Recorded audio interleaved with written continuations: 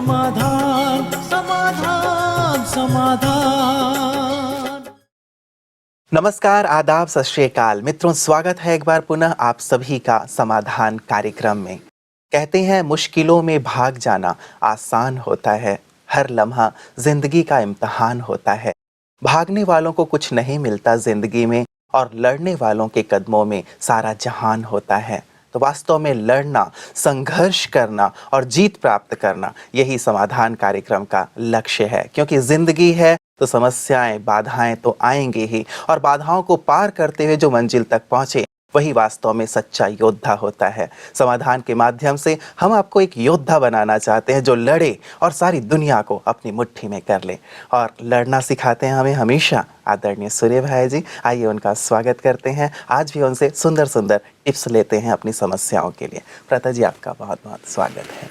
शुक्रिया। प्रता जी, जीवन के लिए कहा जाता है कि एक लंबी यात्रा है, और यात्रा में ऐसा तो होता ही नहीं कि हमेशा ही स्मूथ रोड मिलें। कई बार उबड़ खाबड़ वाले रोड मिलते हैं, कहीं फूलों की क्यारियां मिलती हैं तो कहीं कांटे भी मिलते हैं। यदि इस फलसफे को व्यक्ति समझ जाए तो सचमुच जीवन का आनंद ले सकता है। बिल्कुल, ये एक सफ़र भी है और जैसा आपने कहा बहुत सुंदर सुंदर एग्ज़ाम भी है।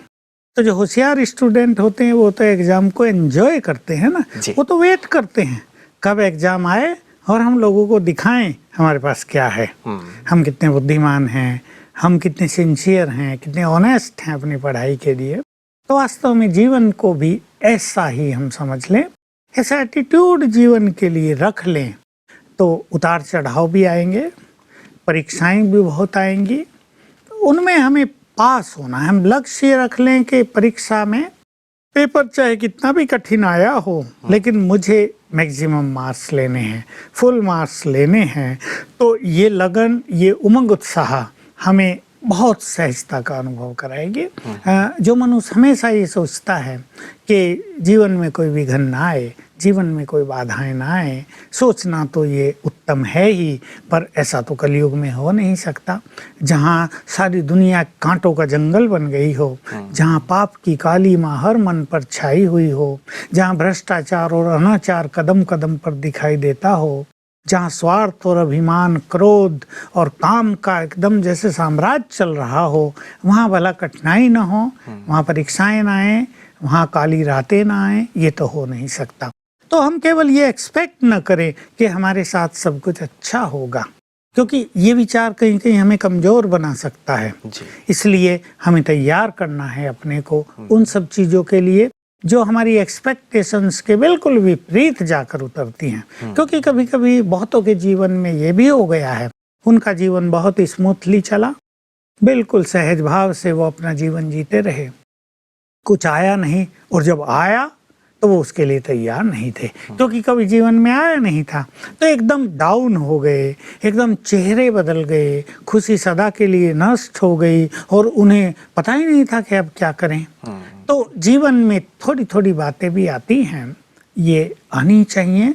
और बहुत इम्पोर्टेंट बात है, जैसे हम चर्चा कर भी आए हैं, कि बातों के प्रति, समस्याओं के प्रति, विघ्नों के प्रति हमारे एटीट्यूड्स क्या हैं। कहीं ऐसा तो नहीं हो रहा है हमारा जीवन तो संघर्षों से भरा हुआ है, भाई पता नहीं क्या होगा, तो हम छोटी बातों को छोटा, बड़ी बातों को भी छोटा कर दें तो बहुत सारी बातें तो हमें लगेंगी नहीं, कुछ हैं भी। और जैसे आपने कहा प्रता जी, बहुत अच्छी बात है ये कि जीवन में यदि समस्याएं और बातें आ रही हैं तो अपने आप को तैयार भी करें उसके लिए। जैसे यदि बारिश होना है, बरसात का मौसम है, तो हम ये तो नहीं कह सकते कि बारिश ना हो, बस हम एक छतरी ले सकते हैं, रेनकोट ले सकते हैं, तो हम बारिश से बच भी सकते हैं। और जैसे ठंड का मौसम आया तो हम अपने लिए गर्म कपड़ों का इस्तेमाल भी करें और साथ ही उसकी तैयारी रखें। तो हम इस प्रकार की जो मौसम है उसमें अपने आप को सुरक्षित कर सकते हैं। ठीक वही बात है कि समस्याएं आई तो हम अपने आप को बिल्कुल, मेढक के लिए कहावत है कि मेढक पानी में उसको डाल दो और पानी को गर्म करने लगो तो वो अपनी शक्ति को बढ़ाने लगता है जी।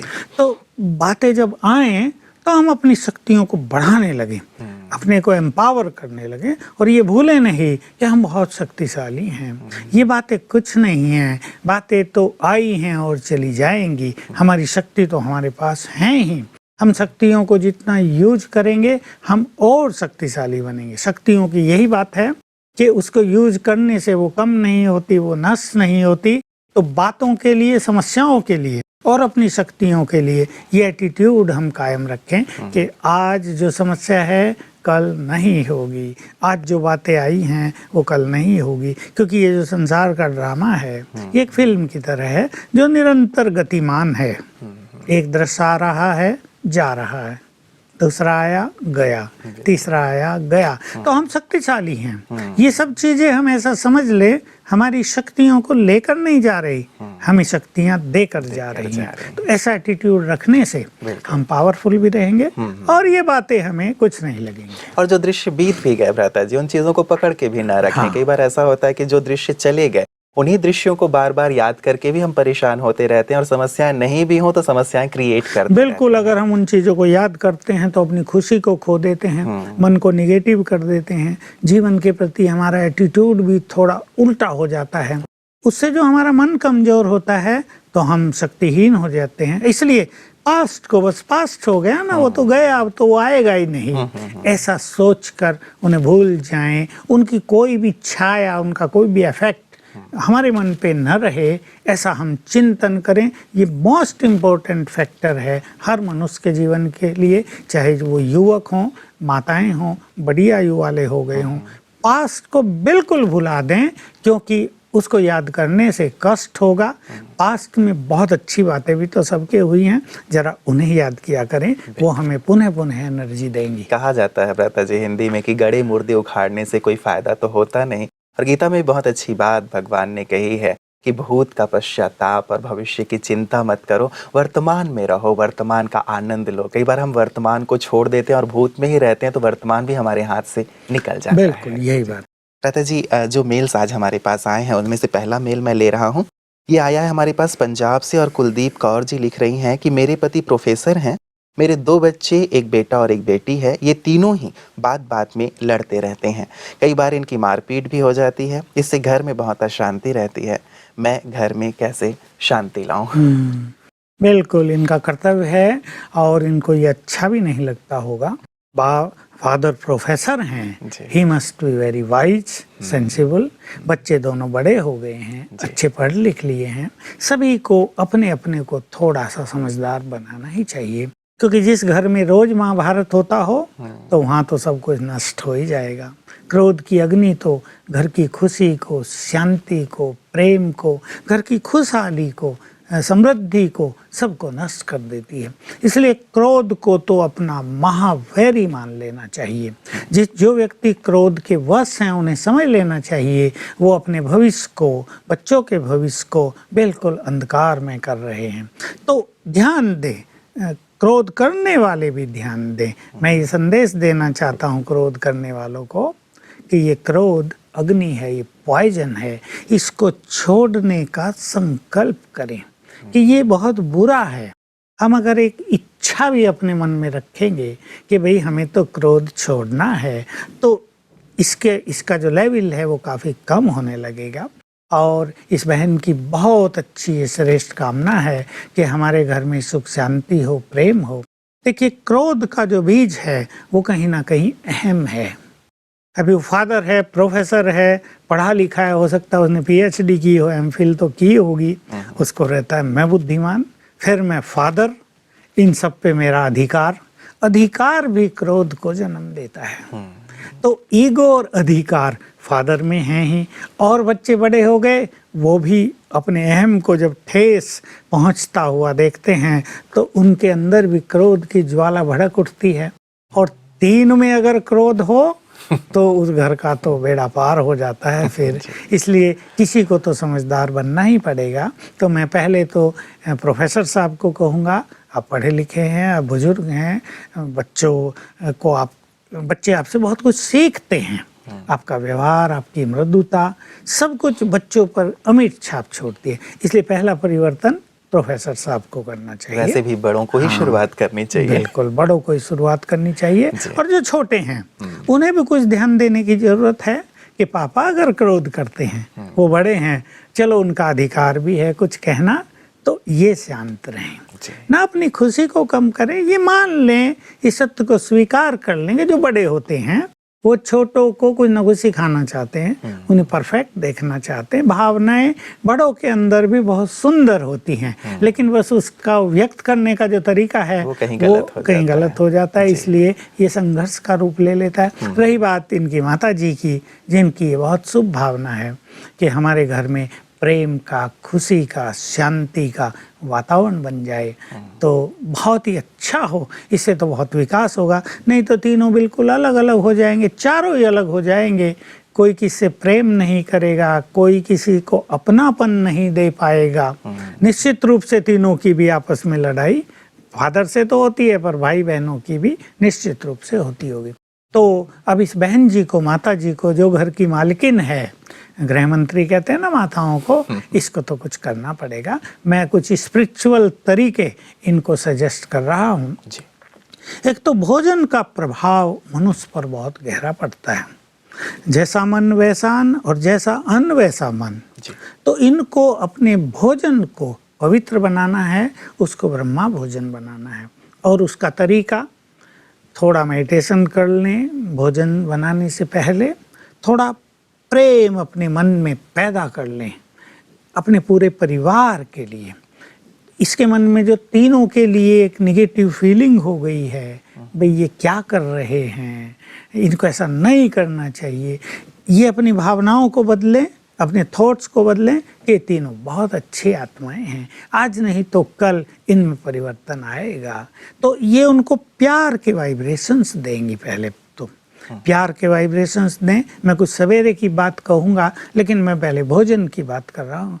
भोजन में प्रेम भरें, बहुत प्रेम से बनाएं। चलो उनके लिए इनको प्रेम पैदा नहीं होता, तो इस भावना से भोजन बनाएं कि मैं भगवान को अर्पित करने के लिए भोजन बनाती हूँ, प्यार एकदम। दूसरा, इसमें इनको पवित्र वाइब्रेशंस देने हैं। और जैसा हम बार बार कह रहे हैं, मैं पवित्र आत्मा हूँ, मैं परम पवित्र आत्मा हूँ, मैं भगवान की संतान हूँ। ये भोजन बहुत बड़ी औषधि है, ये प्रकृति की कितनी सुंदर देन है। इन विचारों को करते करते ये खुशी में भोजन बनाएं।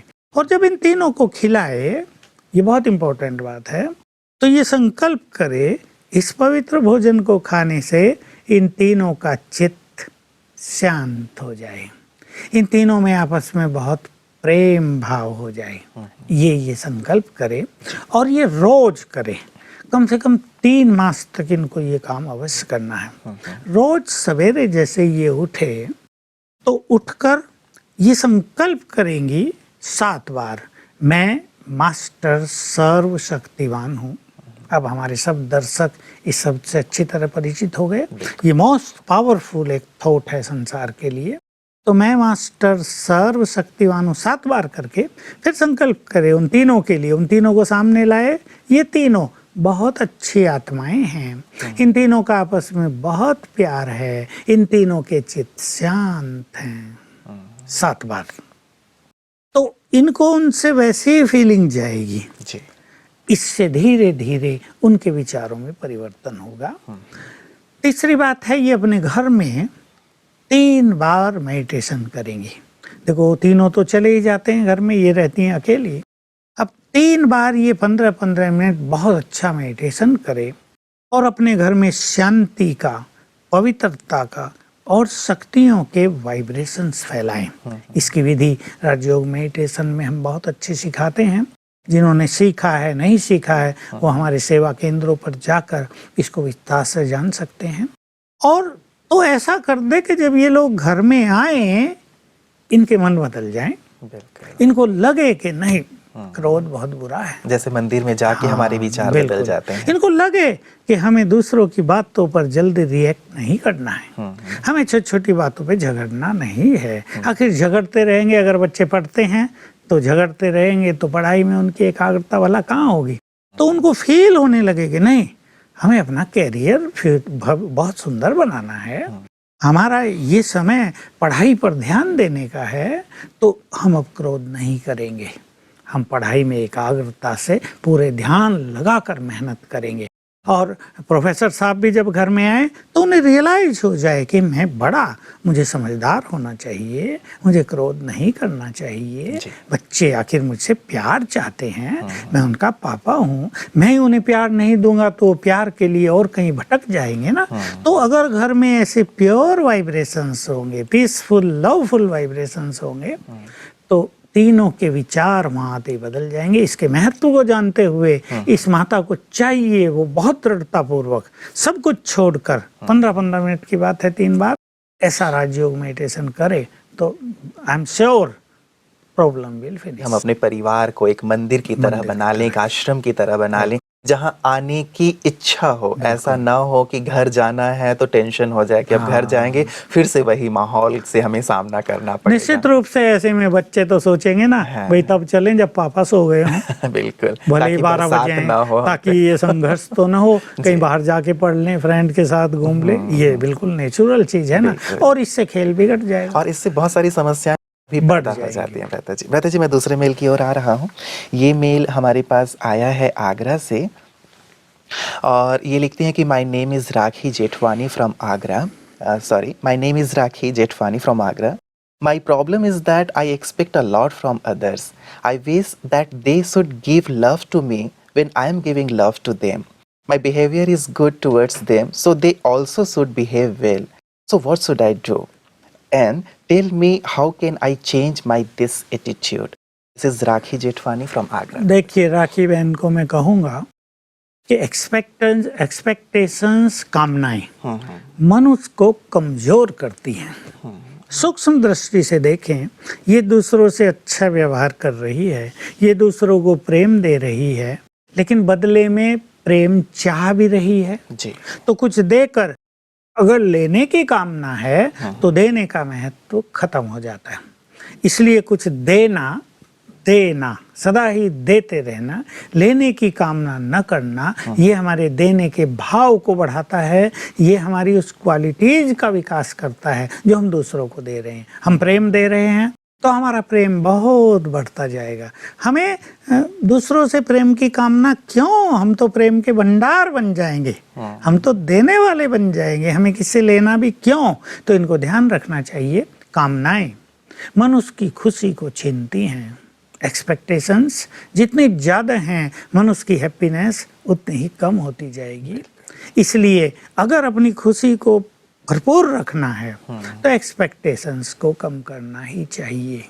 ये एक्सपेक्टेशन सचमुच हमें मांगने वाला बना देती हैं। हम प्यासी नज़रों से दूसरों की ओर देखने लगते हैं, ये हमसे अच्छा व्यवहार करें, ये हमें ऐसा कहें, तो इससे मुक्त तो इन्हें होना ही पड़ेगा। जी। तो मतलब कामनाएं न रखें और कामनाएं छोड़ करके देते चलें। जैसे सूर्य देता चल रहा है या कोई फलदार वृक्ष देता चल रहा है, तो किसी प्रकार की कामना न रखें, यही इनकी समस्या का समाधान है।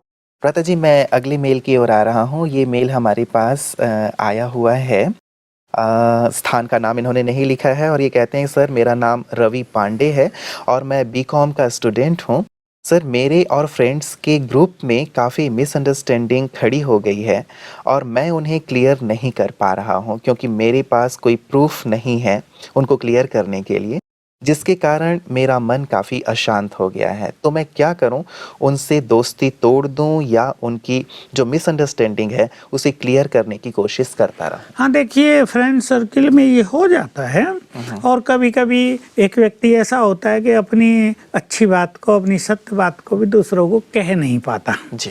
बहुत युवकों में ये कमजोरी होती है, चाहे शर्मीली नेचर, चाहे इन्फीरियरिटी कॉम्प्लेक्स, वो अपनी अच्छी बात को कह नहीं पाता, इसलिए सत्य होते भी, ठीक होते भी वो पिछड़ जाता है, दूसरे लोग उसको गलत मानने लगते हैं। इसलिए इनको मैं कहूँगा रवि बाबू को कि अपनी बात कहो। 2-4 लोग तो आपकी बात सुनेंगे ही और 2-4 आपके फ्रेंड्स अगर आपकी बात सुनने लगते हैं तो फिर सबको सुनाने का के लिए भी आप में साहस आ जाएगा।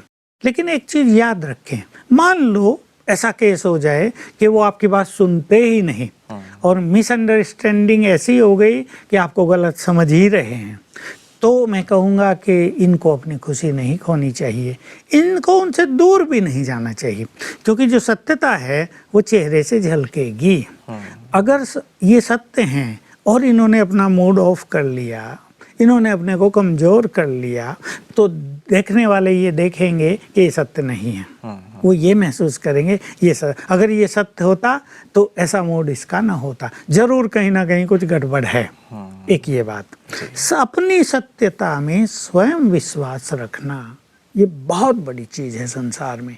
अनेक लोग सत्य होते हुए भी डामाडोल होते हैं, दूसरों के कमेंट्स का, दूसरों की बातों का, दूसरे लोग जो उनके बारे में वातावरण बना रहे हैं उसका बैड इफेक्ट इन पे तुरंत हो जाता है।